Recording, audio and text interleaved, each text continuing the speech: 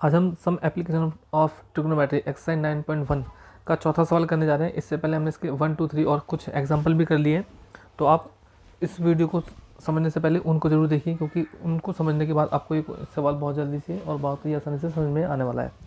तो आइए देर ना करते हम अपने सवाल में चलते हैं। बोला गया है कि भूमि के एक बिंदु से, भूमि का कोई बिंदु हो गया जैसे ये से, जो मीनार के पाद बिंदु से, ये कोई मीनार हो गया, देखो मीनार ये हो गया, मीनार सीधी खड़ी होती है हमेशा, तो मीनार के पाद बिंदु से 30 मीटर की दूरी है। तो ये बिंदु है मीनार के पाद से कितना मीटर दूर है, 30 मीटर दूर है। यानी कि यहाँ से और यहाँ तक के बीच की दूरी कितनी है, 30 मीटर है। कितनी मीटर है, 30 मीटर है। ठीक है। मीनार के शिखर का उन्नयन कोण 30 डिग्री है। मीनार के शिखर का उन्नयन कोण, यहाँ से मीनार ये हो गया, मीनार का शिखर यही होगा, तो इसका उन्नयन कोण, क्या उन्नयन कोण का तब कब बनता है, जब हम नीचे से ऊपर देखते हैं तो उन्नयन कोण बनता है। और बताया कितना डिग्री, 30 डिग्री है। इसने बोला कि मीनार की ऊंचाई ज्ञात करनी है, यानी कि ये आपको निकालना है। सवाल इंग्लिश में क्या है, the angle of elevation of the top of a tower from a point, तो this is the point on the ground and it is a क्या, टावर। ठीक है। और टावर से हम देखते हैं which is 30 metre away from the foot of the tower, ये क्या है, 30 मीटर अवे है। ठीक है, 30 metre away from the foot of the tower, the point is 30 metre away from the tower. Now the angle of elevation from the angle of elevation from the top of the tower is 30 degree. तो ये क्या हो गया, ये हो गया। ठीक है, 30 डिग्री। तो अब आपको फाइंड करना है, find the height of the tower, यानी कि ये निकालना है आपको। तो देखो इसका नाम मैंने दे दिया ABC। ठीक है, आपको याद है ये लाल बट्टे कक्का। ठीक है, ये क्या होता है, साइन होता है, ये कॉस होता है, ये कॉस होता है, ये टैन होता है, ये कॉट होता है, ये सेक होता है और ये कोसेक होता है। ऐसे ही पापा बीड़ी पियोगे, पापा बीड़ी पियोगे, हाँ हाँ बेटा, तो ये होता है साइन, ये होता है कॉस, ये होता है टैन, और ये क्या होता है कॉट, ये होता है सेक और ये क्या होता है कोसेक। ठीक है। तो अब हम क्या करना है, हमें ये हाइट निकालनी है। तो इस हाइट निकालने के लिए पहले हम त्रिभुज के बारे में, यानी कि ट्रायंगल के बारे में बता देते हैं कि क्या क्या दे रखा हमें।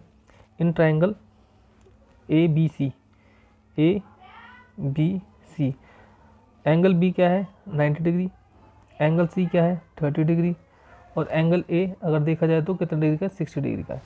ठीक है। अब हमें AB निकालना है, तो कैसे निकालेंगे, ट्रायंगल के अंदर हमें जो दे रखा है वो और जो निकालना है वो, उन दोनों का यूज़ करते हैं। तो मैंने क्या करा, AB अपॉन में CB लिखा।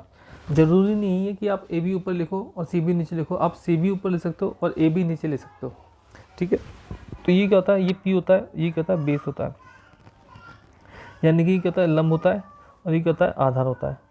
ये P होता है, ये B होता है। तो P अपन B क्या होता है टैन, ऊपर से नीचे की तरफ देखते हैं टैन होता है। ऐसी लंब बटे आधार, तो ये लंब है, ये आधार है, तो ऊपर से नीचे क्या होगा टैन, तो टैन ये हो गया, टैन कितना 30 डिग्री, तो ये 30 डिग्री हो गया। ठीक है। अब AB तो आपको निकालना है, तो AB की वैल्यू तो हमें पता नहीं है, तो AB को हम AB ही लिखेंगे। CB की वैल्यू कितनी है हमारे पास, 30 मीटर है। अब हम एंगल के अकॉर्डिंग इनका मान देखते हैं, एंगल के अकॉर्डिंग इसकी वैल्यू देखते हैं। देखो मैंने आपको क्या रखा, 30, 60 और 90 होता है। तो ये 1 होता है, ये 2 होता है, ये 3 होता है, सबसे बड़े के ऊपर रूट होता है। और एक एंगल कौन सा था, 45 और 90। ट्रायंगल के अंदर सिर्फ यही एंगल आएंगे आपके पास, और कोई नहीं एंगल, और कोई एंगल नहीं आएगा। ठीक है, इस सवाल के अंदर। तो ये 45 हो गया, ये 1 होगा, ये 1 होगा, ये 2 होगा, और सबसे बड़े के ऊपर रूट आना है। तो इस तरह से ये याद हो गया।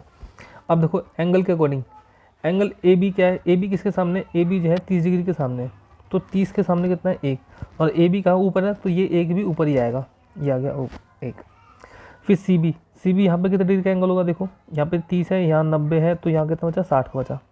ठीक है, 60 के सामने कौन सा दिखा है, CB है, तो CB का देखा नीचे, तो इसका आंसर, इसका जो एंगल है, एंगल की जो वैल्यू आएगी वो नीचे आएगी। तो CB के सामने कितना 60 है, तो 60 के सामने कितना ये है CB, तो 60 के सामने कितना एंगल, √3, तो यहाँ लिखेंगे हम √3। ठीक है। अब क्रॉस इंटू करते हैं, तो AB बराबर आएगा आपके पास, ये √3 हो गया और ये हो गया 30। अब इसको ABCD के साथ जो संख्या होती है सामने संख्या नीचे आती है, ये √3 आ गया। अब √3 जब नीचे है तो नीचे कभी रूट वाली संख्या बचनी नहीं चाहिए, तो क्या करते हैं ऊपर नीचे इसका रेशनलाइज करते हैं, ये √3 हो गया, ये √3 हो गया, तो क्या होगा ये 30√3 हो जाएगा। और ये इन दोनों की जब आपस में मल्टीप्लाई करेंगे तो कितना बचेगा, 3 बचेगा। तो इसको हम इससे डिवाइड करेंगे, कितना का 10। तो आंसर इसका आ गया 10√3। तो ये इसका आंसर है। ठीक, आशा करता हूँ सवाल आपको समझ में आ गया। प्लीज़ चैनल को जरूर सब्सक्राइब कीजिए, अपने दोस्तों के साथ वीडियो को जरूर शेयर कीजिए। धन्यवाद। और लाइक जरूर कर दीजिएगा यार, लाइक कर दिया करो प्लीज़।